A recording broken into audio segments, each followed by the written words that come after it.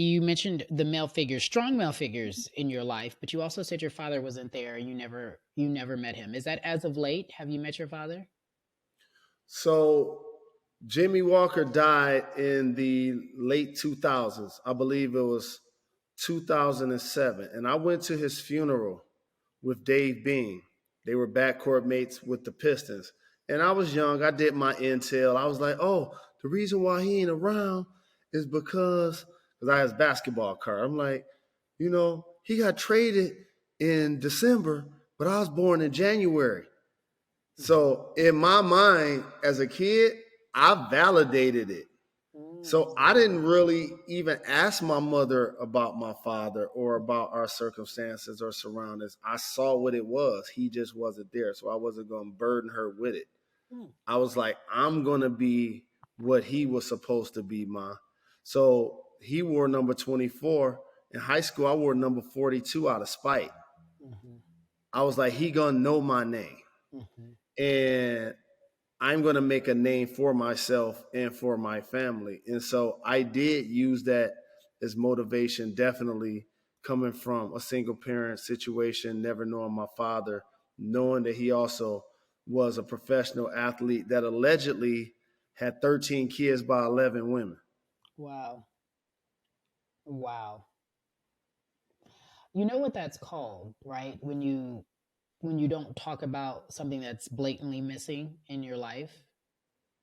Do you know have you No. My therapist told me that's called fragmentation. My father wasn't around and we never talked about it, and I thought that was dope. Like, I never brought it up until it was time for me to bring it up because other kids bring it up. So you talk about it.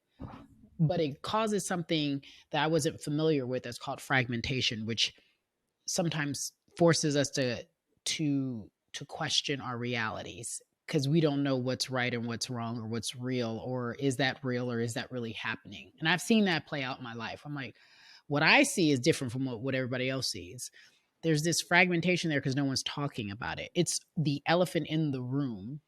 Mm-hmm. 42, he gonna know me, but it's never talked about. How do you see, and you may not feel like it's fragmentation, but how do you see that disconnect playing out when you become this superstar player on the, first of all, obviously collegiate level? That's when the world knew you, but you had this level of fame prior to. You get to the collegiate level and it's crazy. Do you Mm-hmm. see it playing out, your father not being there, now that you look back on it, because hindsight is always 2020 cliche? Yes, and that fragmentation played out via jealousy. And I always looked at Grant Hill as somebody that had the life that I wanted. Mm.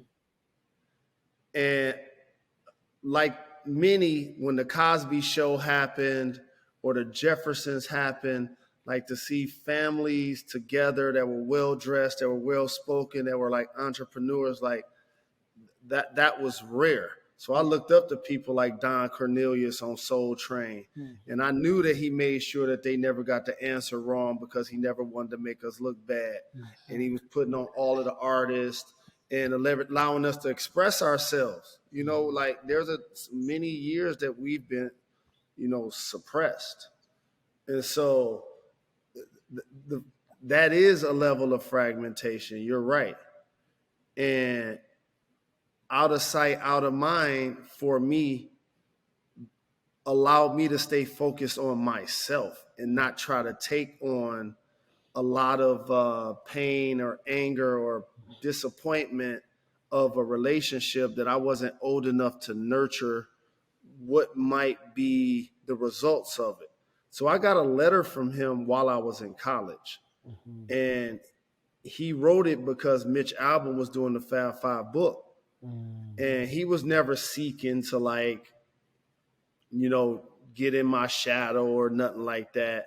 He had his own career. He's a better player than me. He averaged like 40 in college. Like he was a beast. And so he wanted me to know, like, he's seeking me out, not the other way around. The problem, Cari, and this is something that I had to unpack as I got older that I never really talk about, is I got that letter during the Final Four. Mm. And I was so not ready for that. No, that wasn't the time. I That was wasn't the not ready for yeah, that. yeah. Wait, You know what I mean? set the scene. Set the scene for the folks who may not know the legacy of the Fab Five and the Final Four. And when you get this letter. So, so like one of the beautiful things about the Fab Five Brotherhood, shout to C Web, Jawan, Ray, and Jimmy, and shout to the Wolverines who finally beat Ohio State. We're gonna Ooh. act like we do this all of the time, even That's though a we big don't. deal. That's a big deal. Ohio Congratulations. State, you know what? I substitute that B in Buckeye. Y'all know how we do it. You know what I mean? Shout out to my brother Jim Jackson. So many cats I got love for Ohio State. Y'all know what it is. Um, but and so being a member of the Fab Five, Mitch Albom, who covered the team, ultimately wrote a best-selling book about our group. And he had the access because obviously he was working in the media. And so while he was writing that book, he was clearly reaching out to certain people to talk to about it. And Jimmy Walker was one of the people. He reached out to Jimmy. Jimmy didn't necessarily want to do it, but Jimmy wrote me a letter that said that he did it and da da da da. But anyway, Mitch got the letter and he gave it to me the night before the game. And by no means is he the reason why we didn't win the championship. I'm blaming him. I'm making a connect. By no means, but I can't front. Like the Carolina game, people look at C-Web timeout. Like that's my brother and I'm a teammate. And if you ever play team sports or like really being invested in something, sure, and you really love the people that you rocking with, sure, everybody when you lose, go look at what they could have did better. Sure.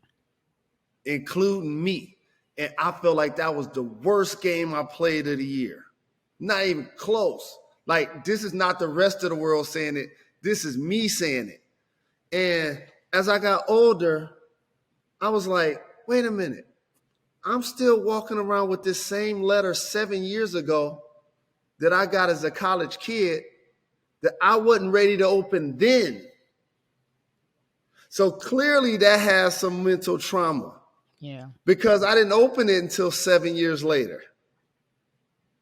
I carried it around like Linus in a blanket. Like just with me everywhere I went, just kept it in the backpack, kept it in the stuff, kept it with me, never opened it. Yeah. I ain't opened it until I was in the league.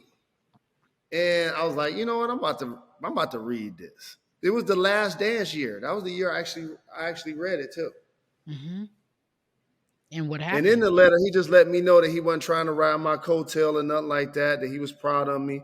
It was all positive. And we kept some dialogue, and I told him I was going to try to come see him. I never tried to I wasn't able to go see him, and ultimately he ended up passing. But I did get a chance to tell him I love him. I'm grateful for him that, you know, he gave me the basketball genes, and him not being around gave me the motivation and gave me the courage. Do you know how much pain I hear in that statement? I'm pretty sure it exists. I look back, so people see me now, right? They like, he got veneers now. Yeah, these 4 veneers. Yeah, they're veneers. I got them as soon as I got drafted. You look good. You look good. You look good. And, you know, he growing his hair out.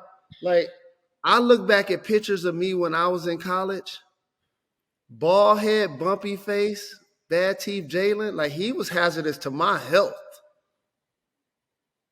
What do you mean? Like, why was that Jalen hazardous to your health? Because he had no filter. And he was he was willing to be reckless, and he was also willing to not only do that for himself, but definitely willing to do it for the people that he loved. Like that was just the nature of a young, angry person that I was. And I think back to this interview that we had when we was about to play Duke, and we was all sitting there. Mm-hmm. And I was like, I don't have a fresh cut. Mm-hmm. Like, I'm broke. Mm-hmm. Like, I don't even want to do this right now. I don't You even were feel like it. That's not even what you should have been worried about. Right? Like, to be honest, I was like, I don't even feel like doing this right now. And it was the one when we like, and you hear it, and I said, oh, what up, Detroit? Can't get a fresh cut every day. You know what I mean? Like, that was the insecurity. I was broke, couldn't get a fresh cut, and like, I'm on national.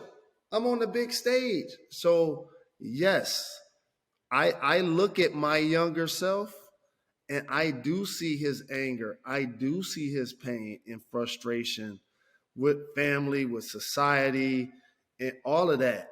And so I'm so very fortunate that I've been able to mature and overcome a lot of that anger and that hostility that I had in my head and my heart.